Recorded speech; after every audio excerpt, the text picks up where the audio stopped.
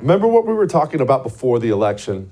How this was going to be a real reveal. It was going to be a real stress test for the country. And the stress test, as we described then, was this.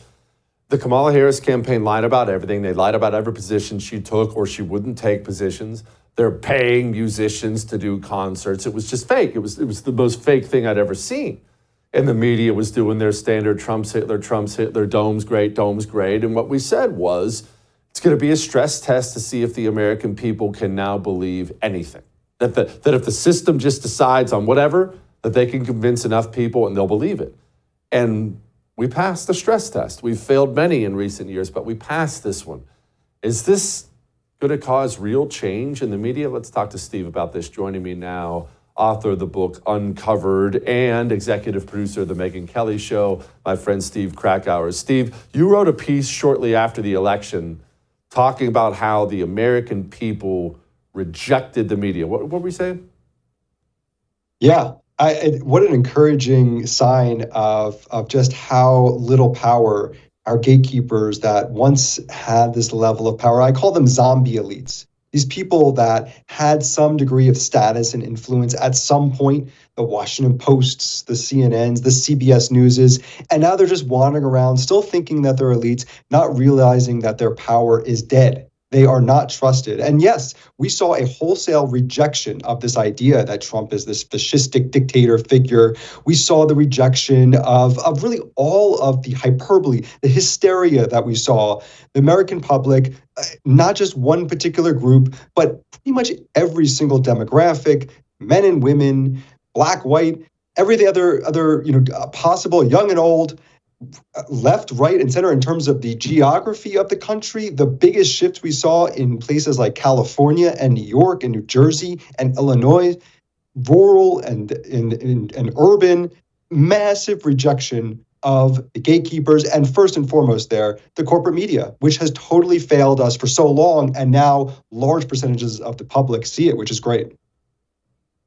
Steve, the public's rejection of the media is obvious, but the why is always the thing. And obviously there's no simple answer and there's no one thing. It was not one thing. But if you had to point to one or two of the biggest things where the public finally figured out, wait a minute, and I'm not sure if he is a Nazi, wait a minute, that's probably a lie. What were the things that really drained the last of the media's credibility in this country? Yeah, I think there were a few major touch points. I think that the first one, which is always looming over these last 4 years, is COVID. I mean, the absolute failure, not just by the media, but by the scientific elite, by our government elite. That was a real big one because it affected people in a very visceral way.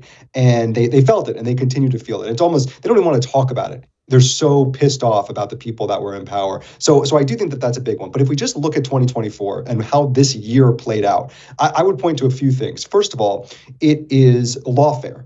What was a massive failure on the part of the government establishment, by the FBI and the DOJ, and by the media that tried to spin us that there was any real there. It was completely rejected. And if the only trial that we saw was that complete sham in New York City, that everyone who paid any little bit of attention just saw that as a complete failure.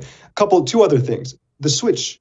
The going from Biden, telling us that Biden's okay, to, actually he's, this totally cognitive decline, and then just snap your fingers and all of a sudden Kamala's the nominee with no one voting for them.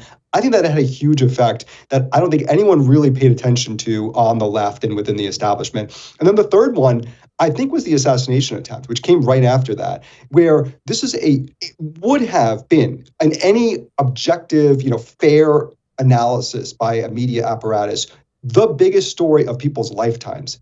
It still is. I hope that when the Trump administration takes in there, we can actually get to the bottom of what happened that day. This is an enormous story that we watched play out. There's great video. All reasons are there. And they buried that thing because it was bad for them politically. And I think people paid attention to that and said, wow, first of all, amazing that he got up there and shouted, fight, fight, fight. That was a huge moment for, politically and culturally. But also, why are these people not covering this huge story? They must not be real good faith actors. Yeah, no doubt about it. Steve, Trump did a ton of independent media. Now I realize Megyn Kelly's not exactly independent because she's freaking a company unto herself, but he did Megyn Kelly. He was on every single podcast that was out there, ones that, my dad, God rest his soul, would never have heard of before, but Trump's doing them all. He's sitting down with Theo Von. We now find out he's going to be credentialing a lot of these online influencers, it's such a dumb word, to sit in the press briefing room. Is this contributing to the end of the mainstream media? People are they've moved on. They've been lied to so much. They don't turn on NBC at night to get the headlines anymore. Yeah, I think so. I think so, because it's not just that these people are, now they're on podcasts and on YouTube, and that they once were in traditional outlets.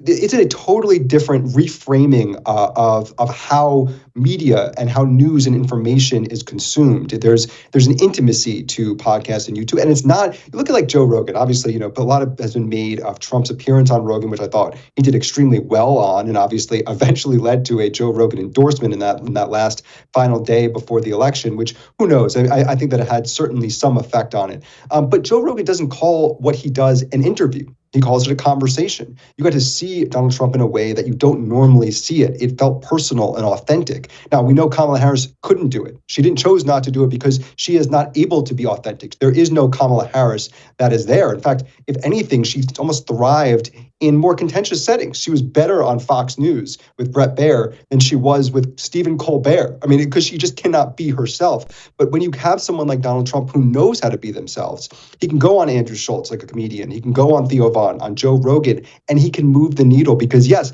that is how people in all walks of life, particularly young people, particularly young men, but all people now are starting to adapt to this new way of consuming information that is very different. And the gatekeepers, the old establishment, the crusty old, legacy press, they just aren't relevant anymore. Steve, is it a location problem for some of these people? I've long had this theory. I mean, it sounds a little bit ham-fisted, but where you live actually matters. And if you live, work, and worship in Washington, D.C. or New York City or one of these blue areas, and you live that ivory tower kind of life, great job, great college, great all this and that, that you have no idea how out of touch you are. You have no idea how normal Americans view you, and you end up talking down to them. Is that a problem for a lot of these people? Oh, I think it's the biggest problem. Jesse, you and I are in Texas, but I was someone who, for most of my life, until about 10 years ago, lived in New York and New Jersey and was part of these same, New York newsrooms. And it took me getting out of that to really open my eyes to what I was missing. And frankly, I think geographic bias is a much more pernicious bias than political bias. A lot of these media outlets lean left, and you can lean left and try to be fair. But if you're someone who does not anchor your life in a reality that most of America actually lives in, which I think you want to talk about missing the story, people miss the story that we're not as divided as they were trying to make us out to be. Donald Trump, there is no, one of the things that people get wrong is that people think that you either love Donald Trump or you hate Donald Trump. There's a lot of people that love Donald Trump. There's a lot of people that hate Donald Trump, but there's a lot of people that just have mixed feelings about him, don't really spend their life thinking about him. Those people decided in 2024 to vote for him in large numbers, and that blew the corporate media's mind, the people that spend their life in green rooms in DC and in New York